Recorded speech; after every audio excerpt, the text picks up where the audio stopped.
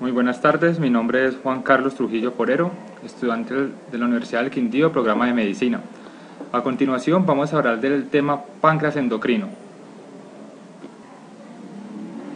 Cuando hablamos del páncreas debemos decir que la unidad anatomofuncional son los islotes de Langerhans. Estos islotes representan el 1% de la masa total del páncreas.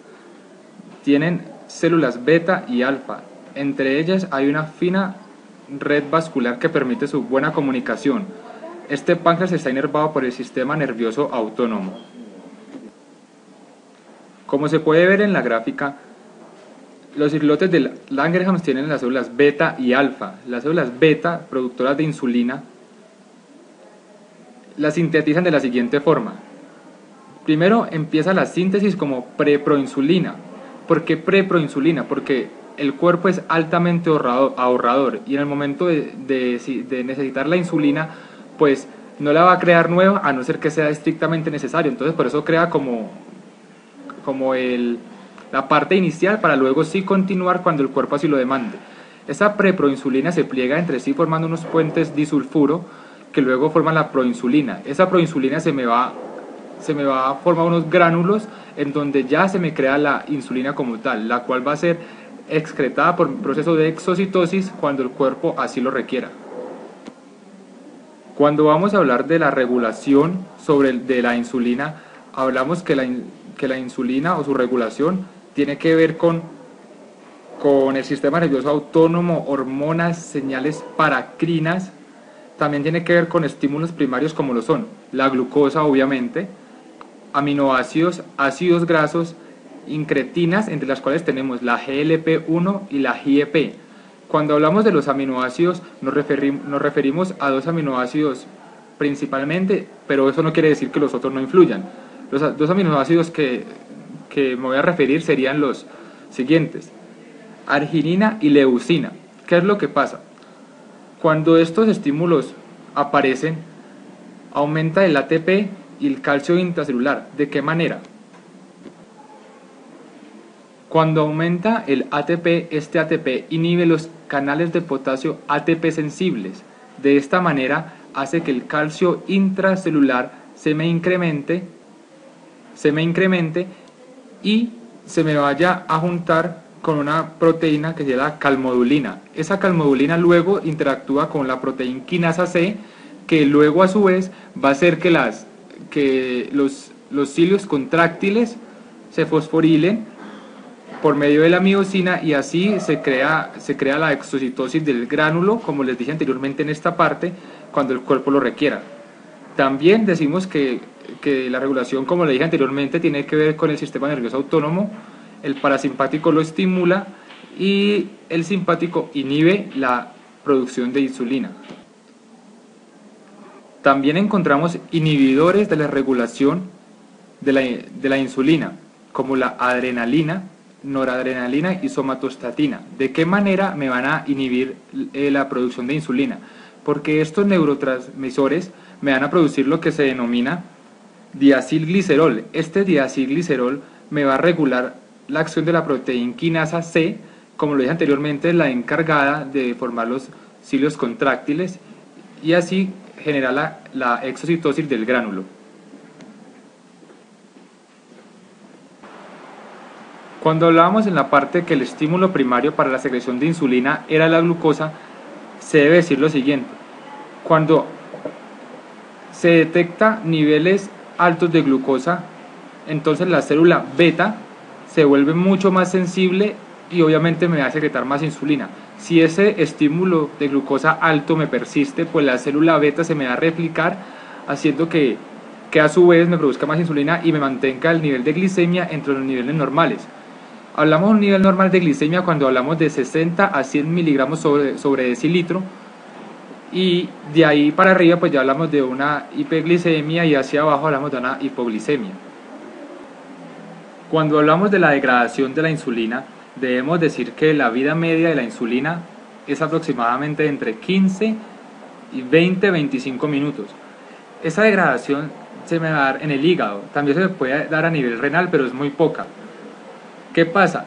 Que cuando ya pasa la acción de la insulina, aparece la glutatión insuloniltransferasa. Esta glutatión insuloniltransferasa me va a romper los puentes disulfuro que se me habían creado entre la preproinsulina para formar la proinsulina, y así de esta forma generarme metabolitos inactivos, y poco a poco pues ya no es efectiva. En la parte de la gráfica que me habla de receptores hablamos de lo siguiente. Hablamos que se tienen dos receptores de subunidad alfa. ¿Qué es lo que estos dos receptores de subunidad alfa me van a hacer? El reconocimiento de la insulina. Los dos que tienen subunidad beta me van a transmitir el mensaje al interior de la célula para que se me genere toda la respuesta cuando entra la glucosa y se hace todo el proceso. GLUT4. El GLUT4 es el receptor, por llamarlo de una forma específico, que encontramos en el músculo estriado y en el tejido adiposo y en otros órganos, para que se me adhiera a la insulina como tal, y así me genere toda la respuesta cuando, como lo dije anteriormente, cuando se da la entrada de la glucosa al interior de la célula. Se tiene que decir también que estos receptores se manejan de una forma de regulación a la baja. ¿Por qué? Porque si el nivel de insulina me aumenta, pues los niveles de insulina, los receptores de esa insulina me van disculpe, si los niveles de glucosa en sangre me aumentan, los receptores de estos se me van a incrementar, y si se me disminuyen, pues estos a su vez se me van a disminuir. De esta forma se maneja como una homeostasis entre sustrato o receptor, igual como lo decía ahorita, que es lo que pasa entre el nivel de glucosa y la secreción de insulina dada por la célula beta. Si es mucha la glucosa que tengo en sangre, la célula beta se me vuelve muy sensible y me secreta más insulina para mantener el nivel normal entre los márgenes fisiológicos. Luego hablamos de los efectos de la insulina en cada una de las siguientes moléculas. Carbohidratos, se dice que la insulina sería como una forma de anabolismo. ¿Por qué anabolismo? Simplemente porque la insulina me va a producir aumento del depósito de sustratos y a su vez hace una síntesis de proteína. Se me hace una vasodilatación porque se promueve la creación de óxido nítrico por medio de la estimulación de la oxidonitricosintasa. Esto hace que en el momento de hacerse la vasodilatación haya una buena distribución del sustrato hacia los tejidos. De esta forma regulo el nivel de glicemia en sangre y a su vez freno lo que se denomina la glucogenólisis y la neoglucogenólisis. Si vemos el efecto de la insulina en los lípidos, me aumenta la síntesis de triglicéridos, frenando su hidrólisis. A su vez disminuye la concentración de ácidos grasos libres en el plasma. Y luego vemos el efecto en proteínas, que aumenta la captación de aminoácidos para hacer la síntesis de las proteínas necesarias en el momento necesario, frenando de alguna forma la proteólisis. Luego podemos hablar de lo que es el glucagón. Tiene una función que es elevar el nivel de glucosa. Es secretado por las células alfa del páncreas en forma de una prohormona como es el proglucagón. Ocurre lo mismo que cuando se secreta la insulina, que el cuerpo o el páncreas más exactamente me lo va a generar como prohormona para así evitar gastar tanta energía en el momento de tener que usarla. La producción de glucagón también se puede ver regulada por sustratos, por el sistema nervioso autónomo, por hormonas. También se puede ver regulada por aminoácidos que me incrementan la aparición de glucagón, por el vago, por el simpático y el péptido inhibidor gástrico. Cuando la glucosa es baja, sube el glucagón. ¿Por qué? Pues porque la función, como lo dije anteriormente, es elevar la glucosa. Y si la glucosa está alta, no hay necesidad de que el glucagón ejerza su función y simplemente pues baja su concentración. El efecto del glucagón para mantener para poder elevar el nivel de glucosa cuando está bajito, es estimulando la neoglucogenólisis y la glucogenólisis. O sea, busca otros sustratos diferentes a los carbohidratos para, por decirlo de alguna forma, para poder así llegar a lo que se tiene que llegar.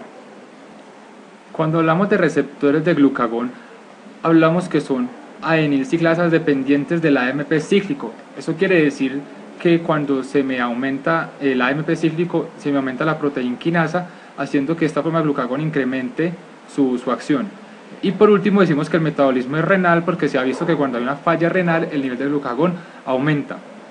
Bueno, espero que les haya quedado un poco más claro este tema, que tengan un buen